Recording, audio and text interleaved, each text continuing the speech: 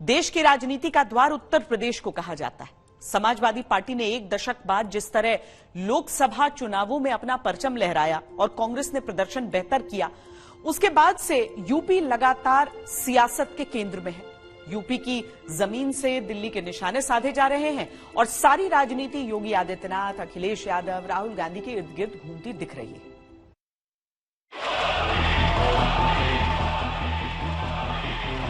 आपकी अनुमति से माननीय प्रधानमंत्री जी द्वारा प्रस्तुत प्रस्ताव का मैं समर्थन करता हूं। जो कार्य आजादी के 70 साल में नहीं हुए, आपकी अध्यक्षता में इस सदन ने इसको करके दिखाया। It is very important that the voice of the opposition is allowed to be represented in this house. मैं धर्मेंद्र यादव आपके इशारे पर सदन चले, इसका उल्टा न हो। ये यूपी का ताव है जो लोकसभा चुनाव के बाद संसद में नजर आ रहा है। अध्यक्ष महोदय, मुझे उम्मीद है ये यूपी है जिसने संसद के सारे समीकरण बदल दिए। प्रधानमंत्री यूपी से ही जीत कर आए हैं और खुद को अब यूपी का ही बताते हैं। पार्वती पते हर हर महादेव। नेता प्रतिपक्ष यूपी की चाह में वायनाड ठुकराते हैं।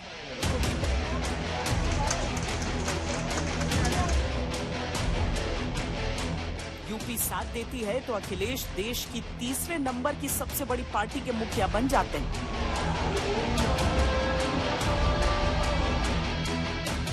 देश भर से लोकसभा चुनावों का खुमार भले उतर गया हो, लेकिन यूपी का तापमान कम होने की जगह बढ़ता जा रहा है, क्योंकि यूपी में लोकसभा के नतीजों ने पूरे देश की राजनीति को मत दिया है। दिल्ली की राजनीति को बदलने वाली यूपी में सियासत का नया युद्ध चल रहा है। एक तरफ बीजेपी का ग्राफ ऊपर ले जाने की कोशिशों में जुटे योगी आदित्यनाथ है, दूसरी तरफ अखिलेश और कांग्रेस का गठबंधन। सारी लड़ाई सियासी जमीन की है। कांग्रेस कोई जमीन वापस पाने की उम्मीद में है, समाजवादी पार्टी सबसे बड़ी जमीन जीतने के उत्साह में है, बीजेपी को पैरों के नीचे से खिसकती जमीन बचानी है। कांग्रेस की तत्कालीन सरकार ने भारत के संविधान का गला घोंटते हुए लोकतंत्र को पूरी तरह समाप्त करने की साजिश रची थी। इस सवाल भाजपा के लोगों ने क्या किया है? इमरजेंसी में जो लोग जेल में रहे, समाजवादियों ने तो उन्हें सम्मान दिया, वेतन दिया और भी सुविधाएं दी। क्या ये सरकार सुविधाएं दे रही है? सुविधाएं दी होती, उनका सम्मान दिया होता तो शायद बात की होती तो अच्छा लगता है। यूपी की जिन 10 सीटों पर विधानसभा उपचुनाव होने हैं, उनमें से 5 सीटें फिलहाल समाजवादी पार्टी यानी इंडिया गठबंधन के पास हैं, 5 एनडीए के पास। चुनाव के बाद नतीजों में जो बढ़त लेगा वो आगे भी जीत के दावे कर सकेगा। जो पिछड़ जाएगा उसके लिए संघर्ष का नया दौर शुरू हो जाएगा। यूपी की राजनीति एक बार फिर देश की राजनीति के लिए निर्णायक स्थिति में है। लड़ाई अब सबसे बड़े लड़ैया की है। बीजेपी यूपी में 80 में 80 सीटें जीतने का लक्ष्य लेकर चली थी, लेकिन केवल 33 सीटों पर सिमट गई और इसके साथ ही बीजेपी का वोट शेयर भी 49.98% से गिरकर 41.37% रह गया। ये आंकड़े खिसकते जनाधार की ओर इशारा कर रहे हैं। बीजेपी ने हार की समीक्षा की तो जो कारण सामने आए उसके बाद मुश्किलें और बढ़ती दिख रही हैं।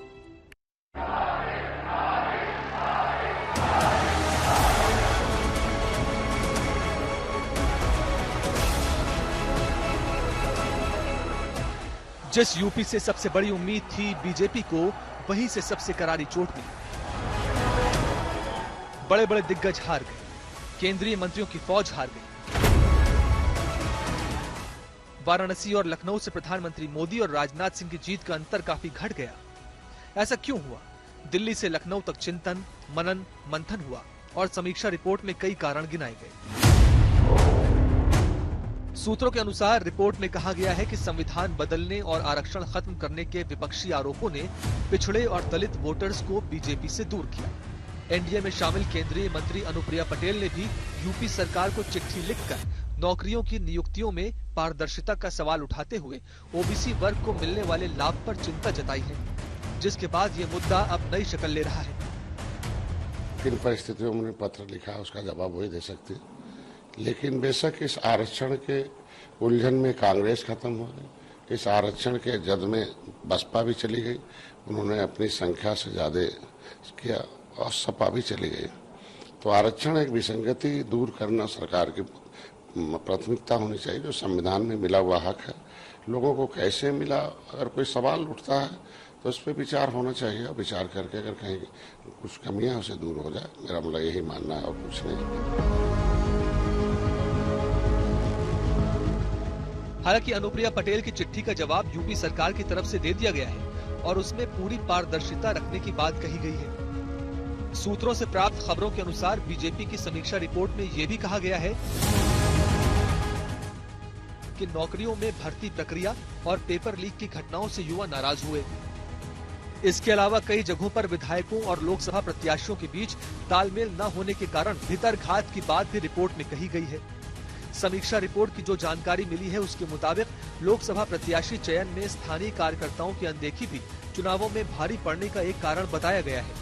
साथ ही पुराने कार्यकर्ताओं के ऊपर बाहर से आए लोगों को तरजीह देने से कार्यकर्ताओं के बीच नाराजगी का माहौल को भी हार के कारणों में गिना गया है। इसी रिपोर्ट में कार्यकर्ताओं की नाराजगी की एक बड़ी वजह सरकारी दफ्तरों में अफसरों की मनमानी और कार्यकर्ताओं के साथ अधिकारियों का बर्ताव भी बताया गया है। यूपी में बीजेपी के हार की वजह तलाशी गई।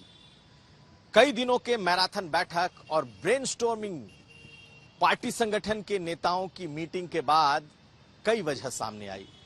बड़े नेताओं का मानना है कि एक बहुत बड़ा नैरेटिव देश और विदेश में बीजेपी के खिलाफ बनाया गया, जो कि उत्तर प्रदेश में सबसे ज्यादा चला। संविधान बदलना और आरक्षण खत्म करने की का जो नैरेटिव था, इसने जमीन पर सबसे ज्यादा काम किया। इसके अलावा पेपर लीक और नौकरियों का ना होना, इसने भी एक बड़ा माहौल बनाया। लेकिन बीजेपी कार्यकर्ताओं के लिए जो सबसे बड़ी वजह थी, वो थी उनका सम्मान न मिलना। यही नहीं, अफसरशाही की वजह से बीजेपी कार्यकर्ता इस बार कहीं ना कहीं वो उस उत्साह से नहीं जुटे जिसकी चर्चा की जाती रही है। कहा यह गया कि एक तरफ बीजेपी का कार्यकर्ता उदासीन था, निराश था, दूसरी तरफ बीजेपी ने जिस तरीके से अंधाधुंध दूसरे दलों से नेताओं को अपने यहां जोड़ा, मंच पर लेकर आए, हेलीकॉप्टर में घुमाया, इसने भी बीजेपी नेताओं और कार्यकर्ताओं के उत्साह को कम कर दिया। और जब वजह खोजी गई तो इसमें ये तमाम वजह भी सामने आई है।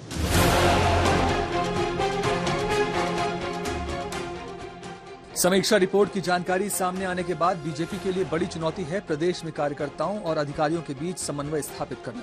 फिलहाल बीजेपी कार्यकर्ताओं, नेताओं और अधिकारियों के बीच लगातार झड़पों की तस्वीरें इन दिनों यूपी के अलग अलग इलाकों से देखने को मिल रही हैं, जो भारी असंतोष का प्रतीक है।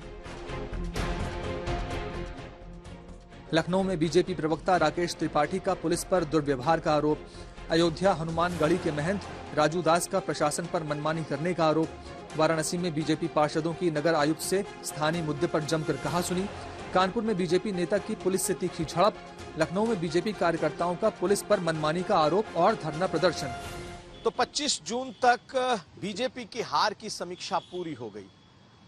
आप जानकर हैरान होंगे कि पूरे 80 लोकसभा सीटों में से एक भी ऐसी सीट नहीं जिसमें बीजेपी का वोट बढ़ा हो। पूरे 403 विधानसभा में एक भी ऐसी विधानसभा नहीं जिसमें बीजेपी का वोट बढ़ा हो। प्रधानमंत्री जो सबसे बेहतर उम्मीदवार थे, वहां भी 60,000 वोट कम हो गए। ऐसे में बीजेपी के भीतर जो एक वजह, सबसे बड़ी वजह है, वो ये कि जिस तरीके से बीजेपी के खिलाफ खासकर संविधान और आरक्षण को लेकर नैरेटिव जो बनाया गया, इसने बड़ा काम किया। यही नहीं, देश से लेकर विदेशों से जिस तरीके का एक व्यापक प्रचार प्रसार हुआ बीजेपी उसका काउंटर नहीं कर सकी और लोगों और खासकर युवाओं की नाराजगी ने बड़ा काम किया। साथ साथ जिस तरीके से टिकट बांटे गए, जिस तरीके से टिकट नाराजगी होने के बावजूद कार्यकर्ताओं की नहीं सुनी गई, ये तमाम ऐसे वजह है जिसने बीजेपी को इस चुनाव में जमीन पर पटक दिया। कार्यकर्ताओं का उत्साह बढ़ाना बीजेपी के लिए बड़ी चुनौती है। कुछ ही समय में प्रदेश में 10 सीटों पर उपचुनाव होने हैं और बीजेपी के पास समय कम है। दूसरी तरफ विपक्ष के हौसले बुलंद हैं, कार्यकर्ता एकजुट हैं।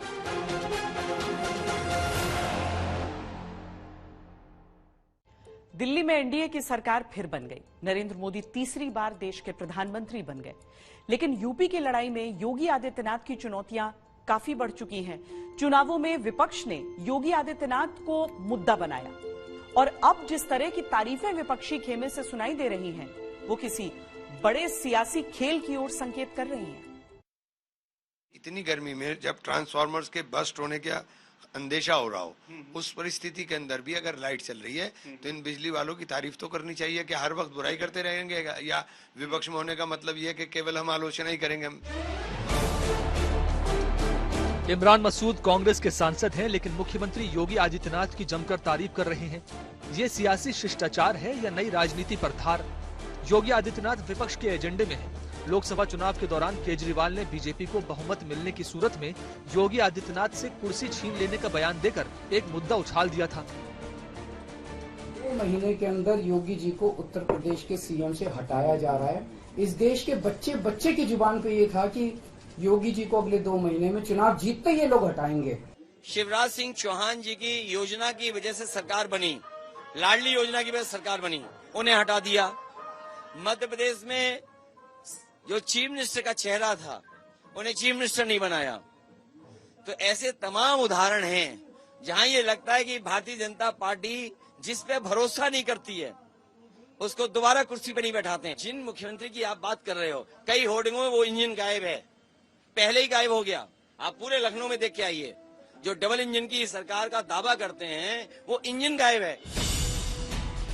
विपक्ष के इस मुद्दे ने बीजेपी को यूपी में कितना नुकसान पहुंचाया, इसकी एक सूरत परिणामों में दिखती है। लेकिन नतीजा आने के बाद भी जिस तरह योगी आदित्यनाथ पर विपक्ष का निशाना बना हुआ है, वो कहीं पे निगाहें और कहीं पे निशाना होने का संकेत दे रहा है। अरे भैया, संभाल दिया योगी आदित्यनाथ है। मोदी का जादू खत्म हो चुका है। आप बताओ, मोदी जहां से चुनाव लड़े, बगल में चंदौली नहीं बचा, गाजीपुर नहीं बचा, मछली शहर नहीं बचा, 3 तरफ से बनारस घिरा हुआ है, तीनों सीट हार गए। और मीडिया हमारा कहता था कि मोदी जब लड़ते हैं तो उनकी हवा जो है पूरे पूर्वांचल में और उसके बाद बिहार में और बंगाल तक चली जाती है। लेकिन वो तो अंतिम चरण में योगी आदित्यनाथ ने बनारस में आकर के एकदम खूंटा गाड़ करके इस बात का प्रयास कर दिया और अपने लोगों को तेज किया कि किसी भी सूरत से मोदी जी को जिता देना है। और नहीं, यकीन मानिए, मोदी जी भी चुनाव हार गए होते अगर इतना मजबूती से योगी आदित्यनाथ लगे। योगी आदित्यनाथ विपक्ष के मंसूबों को अच्छी तरह समझ रहे हैं, इसलिए तीसरी बार प्रधानमंत्री बनने पर पीएम मोदी को दिल्ली में बधाई देकर और उनसे मिले हौसले को लेकर जैसे ही लखनऊ लौटे, ताबड़तोड़ फैसलों की झड़ी लगा दी। योगी आदित्यनाथ शासनिक, प्रशासनिक और सामाजिक हर पहलू पर प्रदेश की समीक्षा कर रहे हैं और तुरंत एक्शन ले रहे हैं। अयोध्या में पहली बारिश में रामपथ में बने गड्ढों के लिए 3 अधिकारी सस्पेंड किए। पुरानी पेंशन स्कीम को कैबिनेट से मंजूरी दी, जिसका लाभ 28 लाख कर्मचारियों, शिक्षकों और पेंशनर्स को होगा। विपक्ष ने चुनाव में इसे बड़ा मुद्दा बनाया था। युवाओं को स्वरोजगार के लिए 5 लाख रुपए तक के ब्याज मुक्त लोन की व्यवस्था का फैसला। पेपर लीक पर योगी सरकार अध्यादेश लाई, जिसमें 1 करोड़ जुर्माने और उम्र कैद तक का प्रावधान रखा है। सरकार की योजनाएं किस तरह लागू की गई हैं, उसकी समीक्षा रिपोर्ट के आधार पर कई जगहों के IAS, PCS अधिकारियों के तबादले किए। इनमें 8 जिलों के DM भी शामिल हैं। होमगार्ड विभाग की समीक्षा और नई नियुक्तियों का निर्देश जारी। हार के कारण जानने के लिए खुद कार्यकर्ताओं, मंत्रियों और नेताओं से बातचीत। योगी आदित्यनाथ यूपी में फैसलों को लेकर एक्शन मोड में हैं, तो राजनीति के मैदान में भी कड़े तेवरों के साथ विपक्ष को जवाब दे रहे हैं। आज से ठीक 50 वर्ष पूर्व आज के दिन ही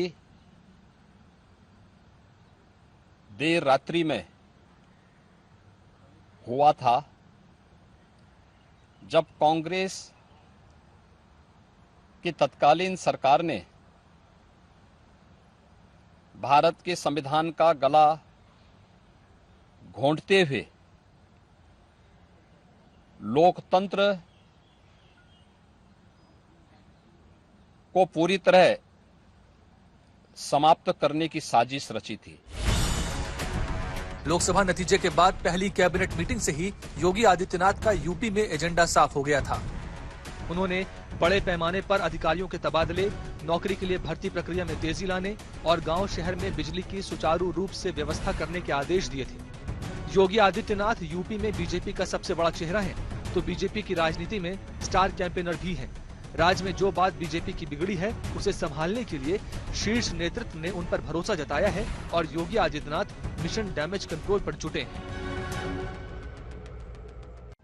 उत्तर प्रदेश में सबसे अच्छा प्रदर्शन समाजवादी पार्टी का रहा।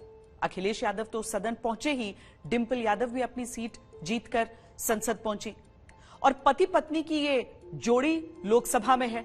धर्मेंद्र यादव भी हैं, यानी भैया भाभी और देवर तीनों लोकसभा में अपनी उपस्थिति दर्ज करा रहे हैं। अखिलेश देश की राजनीति में कदम आगे बढ़ाने का ऐलान कर चुके हैं और परिवार भी उनके साथ है। आपका अंकुश विपक्ष पे तो रहता ही है, लेकिन आपका अंकुश सत्ता पक्ष पे भी रहे। यूपी ने 18वीं लोकसभा में पति पत्नी की जोड़ी वाली ये एकमात्र तस्वीर देश की संसद को सौंपी है। इस तस्वीर में कई रंग भी झलक रहे हैं। अखिलेश डिंपल की केमिस्ट्री संसद में साफ दिखी, तो तस्वीरें संसद के बाहर भी ऐसी दिखी जिनमें अखिलेश हैं, डिंपल हैं और दोनों की आपसी समझ है।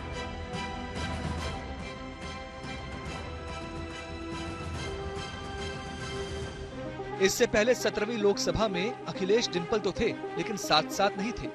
अलग अलग समय में जीते और लोकसभा पहुंचे। 17वीं लोकसभा में अखिलेश आजमगढ़ से जीते, लेकिन कन्नौज से डिंपल चुनाव हार गई थी। मुलायम सिंह के निधन से खाली मैनपुरी की सीट से डिंपल जीतकर संसद पहुंची। तब अखिलेश करहल विधानसभा से चुनाव जीतकर यूपी विधानसभा में नेता प्रतिपक्ष बन गए थे। इस बार साथ साथ हैं तो मोदी सरकार पर डबल अटैक भी है। हम सबकी आपसे अपेक्षा है कि किसी भी जनप्रतिनिधि की आवाज दबाई न जाए और न ही निष्कासन जैसी कार्रवाई दोबारा सदन की गरिमा को ठेस पहुंचाए। आपका अंकुश विपक्ष पे तो रहता ही है, लेकिन आपका अंकुश सत्ता पक्ष पे भी रहे। संख्यकों के नेता की छवि और मजबूत हो। अखिलेश यादव के नेतृत्व में समाजवादी पार्टी ने अभूतपूर्व सफलता पाई। अपनी स्थापना के बाद से यूपी में अब तक का सबसे बेहतरीन प्रदर्शन किया। 2004 में मुलायम सिंह यादव के रहते समाजवादी पार्टी ने 35 सीटें जीती थी, लेकिन वोट प्रतिशत तब 26.74% रहा। अखिलेश की अगुवाई में पार्टी ने 37 सीटें जीती हैं और वोट प्रतिशत 33.59% रहा है।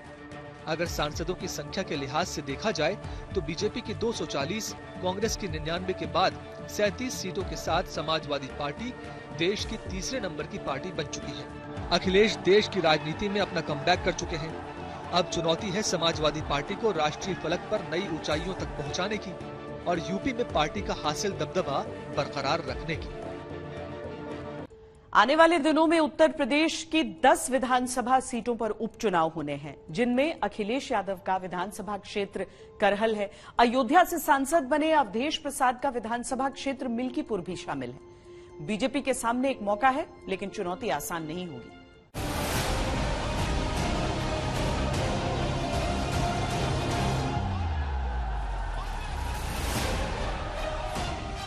यूपी में चुनावी चुनौतियों का दूसरा चरण चल रहा है। अखिलेश यादव के सामने चुनौती है उपचुनावों में बड़ी जीत दर्ज करके ये साबित करने की कि हवा वाकई बदल चुकी है, और योगी आदित्यनाथ के सामने चुनौती है अधिक सीटें जीतकर ये जताने की कि यूपी को योगी मॉडल पर अब भी भरोसा है।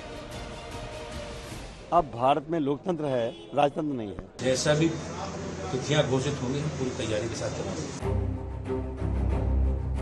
योगी आदित्यनाथ कार्यकर्ताओं, विधायकों, मंत्रियों और संगठन के पदाधिकारियों से मिल रहे हैं। जीत के नए रास्ते तलाशने के लिए मंत्र दे रहे हैं। कार्यकर्ताओं और पार्टी नेताओं के बीच समन्वय बनाने की कोशिश कर रहे हैं।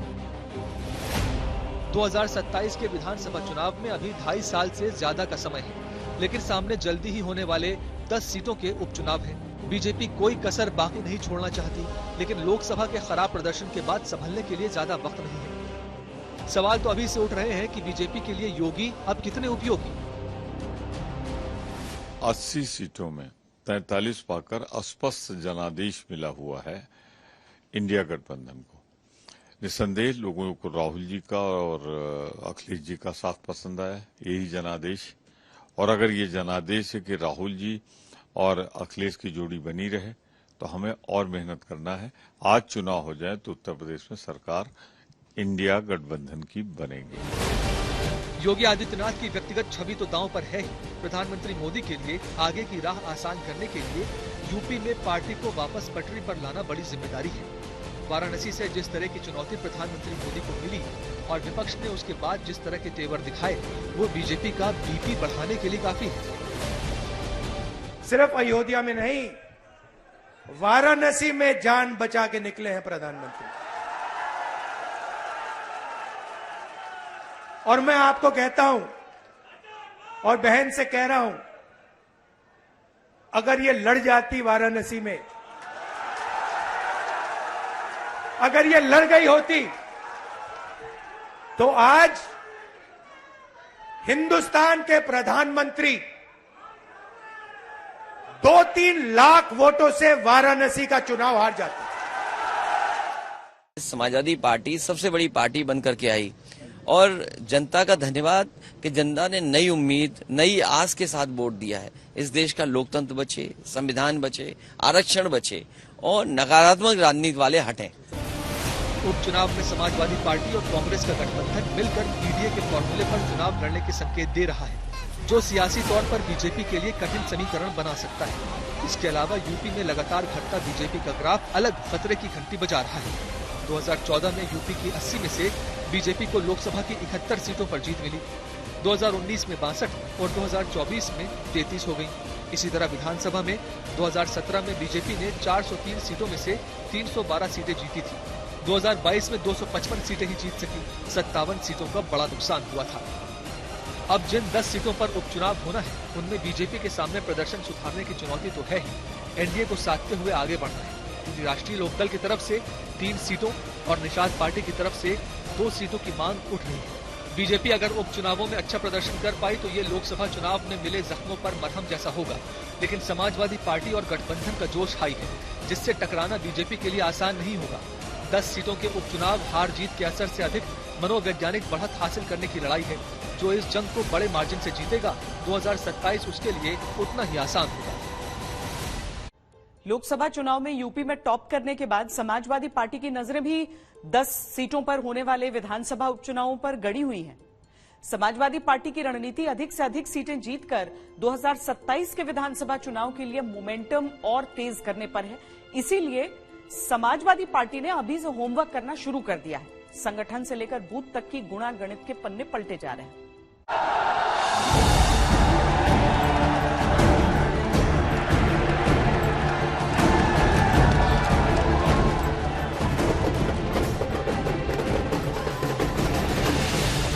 हम सब विपक्ष के लोग मिलकर के काम करेंगे, सत्ता पक्ष से जवाब मांगेंगे। जो देश को आत्मनिर्भर करने चले थे, आज दूसरों को पर निर्भर है। प्रदेश की सबसे बड़ी पार्टी समाजवादी पार्टी है। हमें 27 का चुनाव ही देखना है, क्योंकि हम लोग 24 जीत चुके हैं। देश में एक मैसेज क्या है, नफरत की राजनीति खत्म हुई और मोहब्बत की राजनीति शुरू।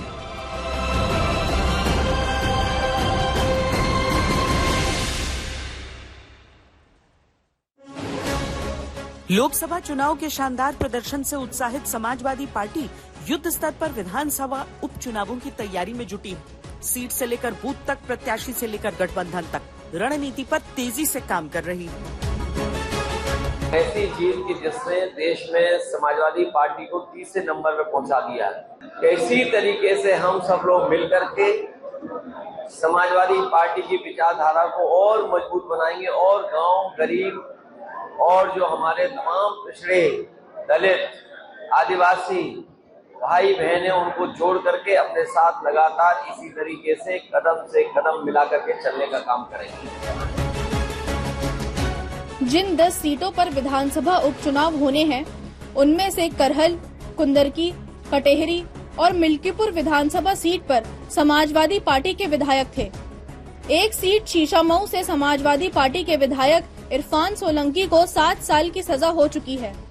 उनकी सदस्यता जाने वाली है, यानी ये सीट भी खाली होने वाली है, जिस पर उपचुनाव होना तय माना जा रहा है। बाकी बची 5 सीटों में से गाजियाबाद, खैर और फूलपुर सीट पर बीजेपी, मीरापुर सीट पर राष्ट्रीय लोकदल और मंझवा सीट से निषाद पार्टी के विधायक चुने गए थे। समाजवादी पार्टी उपचुनावों में बड़ी जीत हासिल करके 2027 में होने वाले विधानसभा चुनावों की जमीन अभी से तैयार कर रही है। इसके लिए सभी 10 सीटों पर समाजवादी पार्टी के पिछले 2 चुनावों के प्रदर्शन के आंकड़े जमा किए हैं। कमजोर और मजबूत दोनों तरह के बूथ के लिए अलग अलग रणनीति बनाई जा रही है। सूत्रों के अनुसार संभावित उम्मीदवारों की लिस्ट पर काम शुरू कर दिया। करहल सीट से खुद अखिलेश यादव विधायक थे और मिल्कीपुर से अवधेश प्रसाद, जो अयोध्या से सांसद बने। ये 2 सीटें ऐसी रहेंगी जिन पर सबकी निगाहें होंगी। साथ ही ये उपचुनाव समाजवादी पार्टी और कांग्रेस की दोस्ती की भी परीक्षा साबित होंगे। जब भी चुनाव की घोषणा होगी, समाजवादी पार्टी और इंडिया गठबंधन मिलकर चुनाव लड़ेगा और सभी सीटें जीतेगा। संकेत साफ है कि आने वाले विधानसभा उपचुनावों में यूपी के लड़के फिर एक साथ दिख सकते हैं। पहले लोकसभा चुनावों में राहुल अखिलेश की जोड़ी चल निकली और अब संसद में दोनों नेताओं की केमिस्ट्री दिखती है। इंडिया गठबंधन समाजवादी पार्टी और कांग्रेस का किसी गणित पे नहीं टिका हुआ है, ये केमिस्ट्री पर है। हमारे बड़े नेताओं की केमिस्ट्री अद्भुत है। श्री राहुल गांधी जी, श्री अखिलेश यादव जी, श्री मल्लिकार्जुन खड़गे जी, श्रीमती प्रियंका गांधी जी, सभी लोग एक दूसरे से एक बहुत अच्छी केमिस्ट्री से जुड़े हुए हैं। कांग्रेस पार्टी और समाजवादी पार्टी इंडिया गठबंधन के एक सशक्त साथियों के रूप में काम कर रही हैं और एक दूसरे के पूरक के रूप में काम कर रही है। ये गठबंधन आगे आने वाले समय में भी चट्टानी एकता के तरीके से रहेगा। उपचुनावों में सीटों के बंटवारे को लेकर समाजवादी पार्टी और कांग्रेस की तरफ से फिलहाल कोई ऐलान नहीं किया गया, लेकिन रुख बता रहा है कि बात बन जाएगी। कांग्रेस 2027 के विधानसभा चुनाव से पहले जमीनी स्तर पर अपनी उपस्थिति दर्ज कराना चाहती है और समाजवादी पार्टी अधिक सीटें जीतकर जनता के बीच बड़ा संदेश देना चाहती है। 10 सीटों के नतीजों से बीजेपी की यूपी सरकार को भले कोई फर्क न पड़े, लेकिन अगर अखिलेश राहुल लोकसभा चुनावों जैसा प्रदर्शन दोहरा गए तो इसकी गूंज 2027 से भी आगे तक जाना तय है।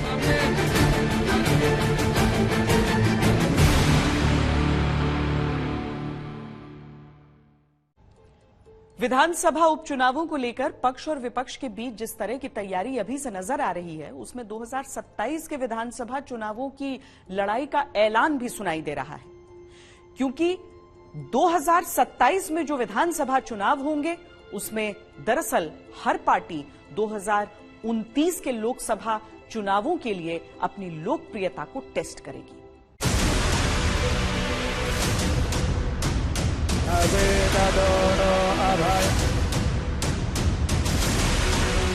यूपी में लोकसभा चुनाव के नतीजे के बाद यूपी की राजनीति का रोड मैप नजर आने लगा है। विपक्षी गठबंधन 2027 के विधानसभा चुनाव की तैयारी करता दिख रहा है। लोकसभा चुनाव के नतीजों से सुनाई दे रहा खतरे का अलार्म बीजेपी को भी सुनाई दे रहा है। इसलिए खामियों को दूर करने और आगे की रणनीतियों को बनाने के लिए लखनऊ से दिल्ली तक बैठकों का दौर चल रहा है। दरअसल 2027 में यूपी विधानसभा चुनाव का जो नतीजा आएगा वो 2 साल बाद 2029 में होने वाले लोकसभा चुनाव पर भी बड़ा असर डालेगा। यूपी से 80 सांसद दिल्ली पहुंचते हैं, लिहाजा जिसका 2027 में होगा यूपी, 2029 में उसका दिल्ली पर दावा मजबूत बना रहेगा।